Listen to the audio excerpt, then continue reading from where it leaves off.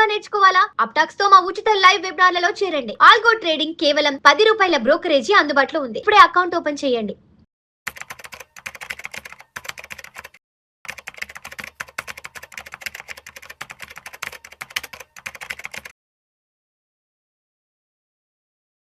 అనిల్ గారు నమస్తే సార్. నమస్తే విష్ణు గారు.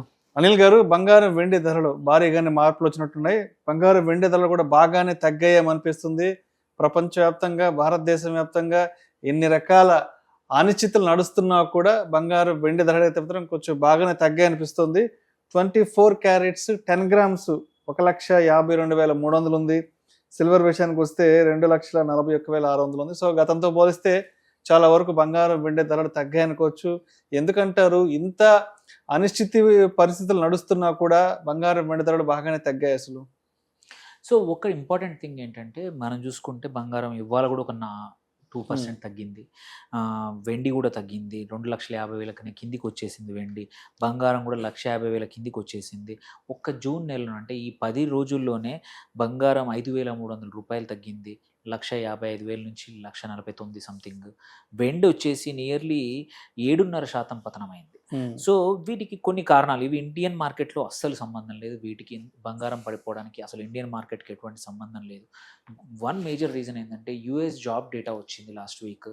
అనుకున్న దానికన్నా చాలా మంచి పాజిటివ్ డేటా వచ్చింది. దీనివల్ల ఏంటంటే అమెరికన్ ఫెడ్ వచ్చేసి వడ్డీ రేట్లు పెంచే అవకాశం ఉంది. వడ్డీ రేట్లు అమెరికాలో పెరిగితే బంగారం అనేది అన్అట్రాక్టివ్ అవుతుంది. ఇన్వెస్టర్లు అందరూ కూడా అటు ఫిక్స్డ్ ఇన్కమ్ దాటి వైపు వెళ్తారు.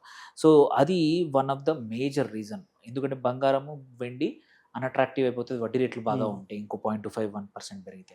అట్లాగే యుఎస్ జాబ్ రేట్స్తో పాటు యుఎస్ డాలర్ స్ట్రెంగ్తెన్ అయింది. ఎందుకంటే ఇవన్నీ బాగున్నప్పుడు, జాబ్ డేటా అంతా బాగున్నప్పుడు డాలర్ కూడా స్ట్రాంగ్ అవుతుంది. అది కూడా డాలర్ స్ట్రాంగ్ అయితే బంగారం అంత పెద్దగా సేఫ్ హెవెన్గా చూడరు. అట్లాగే యుఎస్ ఇరాన్ ఉద్రిక్తతల నేపథ్యం అనేది మళ్ళీ పెరుగుతూ ఉంది. సో దీనివల్ల ఆయిల్ పెరగడం వల్ల ఇన్ఫ్లేషన్ ఉంది. ఇంకా still we are close 90 and above ఉన్నాం. లాస్ట్ ఇయర్ ఏమో 60 కన్నా తక్కువ యావరేజ్లో ఉన్నాం. ఇప్పుడు 90 అంటే 50% ఆల్రెడీ క్రూడ్ ఆయిల్ ఎక్కువగా ఉంది. ఇన్ఫ్లేషన్ ఎక్కువ ఉన్నప్పుడు కంపల్సరీ బంగారం యూజువల్లీ తగ్గడం అనేది కామన్. అండ్ అంటే ఆయిల్ డ్రివెన్ ఇన్ఫ్లేషన్. అండ్ ఇంకొకటి ట్రెజరీ ఈల్డ్స్ పెరిగాయి. యుఎస్ ఇంట్రెస్ట్ రేట్ యొక్క ఫలితం వల్ల ఈల్డ్స్ అక్కడ ఎక్కువ ఉన్నప్పుడు ఎవరు కూడా బంగారం మీద పెట్టుబడి పెట్టడానికి ఇంట్రెస్ట్, ఎస్పెషల్లీ ఇన్స్టిట్యూషన్స్ చూపించట్లేదు. సో ఇవన్నింటి వల్ల అట్లాగే ప్రభుత్వం ఏంటంటే అటు సిల్వర్ యొక్క ఎక్స్పోర్ట్స్ని కొంచెం రిస్ట్రిక్ట్ చేసింది ప్రభుత్వం. సో డిమాండ్ పడిపోయింది ప్రపంచవ్యాప్తంగా. లేకపోతే ప్రపంచవ్యాప్తంగా సిల్వర్కి మన మార్కెట్లు చాలా డిమాండ్ క్రియేట్ చేశాయి. ప్రభుత్వం నిర్బంధించడం వల్ల కొంచెం దిగుమతులని అక్కడ అవి అడ్డుకట్టపడటం వల్ల ప్రపంచం మార్కెట్లో కూడా కొంచెం సప్లై పెరిగి వెండి 2,50,000 కన్నా తక్కువగా ఉంది. అండ్ ప్రభుత్వం కూడా ఏంటంటే తీసుకున్న చర్యలు, మాట్లాడిన మాటల వల్ల కూడా కొంచెం డిమాండ్ అనేది ఇండియన్ మార్కెట్లో కూడా డిమాండ్ తక్కువ ఉంది. ఇవన్నిటిని చూసుకొని మార్కెట్స్ పడిపోయాయి. కాకపోతే ఎవరైతే లాంగ్ టర్మ్ ఇన్వెస్టర్స్ ఉన్నారో this is one of the good opportunity. ఇదేదో పర్మనెంట్గా ఇంకా పడిపోతుందనే ఆశ మాత్రం కష్టం. వెండి ప్రాబబ్లీ ఇప్పుడు 250 కన్నా తక్కువ ఉంది. 240, 230 వరకు రావచ్చేమో. బట్ బంగారం మాత్రం 145 కన్నా కింద రాదు. So somebody who's waiting, investors ఒక 4 నెలల్లో పెళ్ళి ఉంది ఏమన్నా ఉంటే మాత్రం కొనడానికి better. Or long term investors కూడా పార్ట్ ఆఫ్ గోల్డ్లో పెట్టాలనుకుంది ఇప్పుడు కొంచెం ఎంటర్ చేస్తే మంచిది. రైట్. సో అయితే అనిల్ గారు, ఇవాళ ఒక ఆర్టికల్ ఒకటి చూశాను. 1,00,000 కనుక చేతిలో ఉంటే 25 సంవత్సరాల క్రితం అంటే 2000 సంవత్సరంలో 1,00,000 చేతిలో ఉంటే అప్పుడు ఎంత బంగారం కొనుక్కోవచ్చు, అదే ₹1,00,000 చేతిలో ఉంటే ఈ 2020 ఎంత బంగారం కొనుక్కోవచ్చు అని ఒక మంచి ఇంట్రెస్టింగ్ ఆర్టికల్ ఒకటి వచ్చింది సార్. 2000 సంవత్సరంలో అంటే సరిగ్గా ఒక 26 years బ్యాక్ చేతిలో ₹1,00,000 కానీ ఉంటే అప్పట్లో 227 గ్రాముల బంగారం వచ్చేదంట. పావు కిలో బంగారం. దాని తర్వాత 10 సంవత్సరాల తర్వాత అంటే 2010లో అదే ₹1,00,000తో 54 గ్రాముల బంగారం కొనుక్కోవచ్చు అంట. 2020లో అదే ₹1,00,000తో 21 గ్రాముల బంగారం కొనుక్కోవచ్చు అంట. 2022లో ₹1,00,000 చేతిలో ఉంటే 19 గ్రాముల బంగారం అంట. 2024లో ₹1,00,000 చేతిలో ఉంటే 13 గ్రాములు అంట. 2025 వచ్చేటప్పటికే 7 గ్రాములు కొనుక్కోవచ్చు. ఇప్పుడు ప్రజెంట్ 2026లో చేతిలో ₹1,00,000 అంటే 6 గ్రాములు బంగారం వస్తుందంట. మరి 2030లో చేతిలో ₹1,00,000 ఉంటే ఎన్ని గ్రాముల బంగారం కొనుక్కోవచ్చు? ఆ లెక్కన ఈ 25-26 సంవత్సరాల్లో ఎంత శాతం చొప్పున బంగారం పెరిగిందని చెప్పొచ్చు ఇక్కడ? ఒకటి ఏంటంటే మాత్రం ఇదంతా చూసుకున్న మోరల్లెస్ బంగారం ఈ టైంలో యావరేజ్ మాత్రం ఈ 26 ఇయర్స్లో క్లోజ్ టు 8.5 to 9% పెరిగింది. సో ఎస్ నంబర్స్ చూస్తే బాగానే ఉంటుంది, బట్ నువ్వు క్యాల్కులేట్ చేస్తే మాత్రం CAGR చూస్తే మాత్రం 9.5 which is still very good. FD కన్నా బంగారం బెటర్ రిటర్న్స్ అయితే ఇన్ని రోజుల్లో ఇచ్చింది. మీరు అన్న క్వశ్చన్ ఇప్పుడు 2026లో 6 గ్రాములు ఉంది.